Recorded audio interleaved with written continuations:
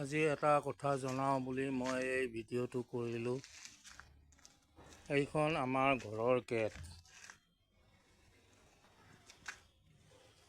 আৰু গেটৰ সন্মুখত ৰাস্তাত এয়া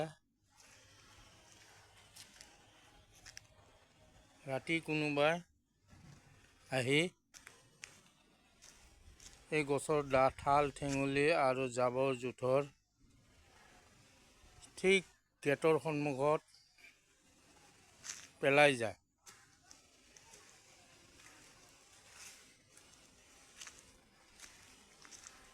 মানুহবোৰ এনেকুৱা যে ৰাতিৰ আন্ধাৰত আহি লুকাই লুকাই পেলাই যায়।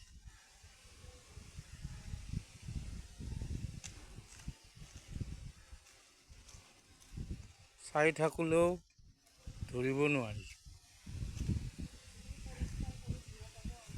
এইখিনি যদি জিএমচিয়ে পৰিষ্কাৰ কৰি দিয়ে বৰ সুবিধা হ'ল।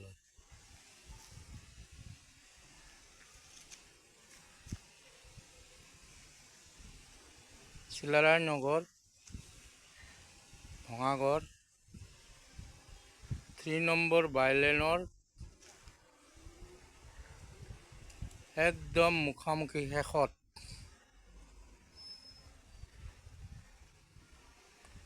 এই ভিডিঅ'টো কৰাৰ উদ্দেশ্যই হ'ল এই লেতেৰাখিনি যেন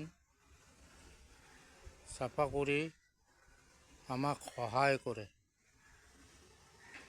জিএমচি কৰ্তৃপক্ষই।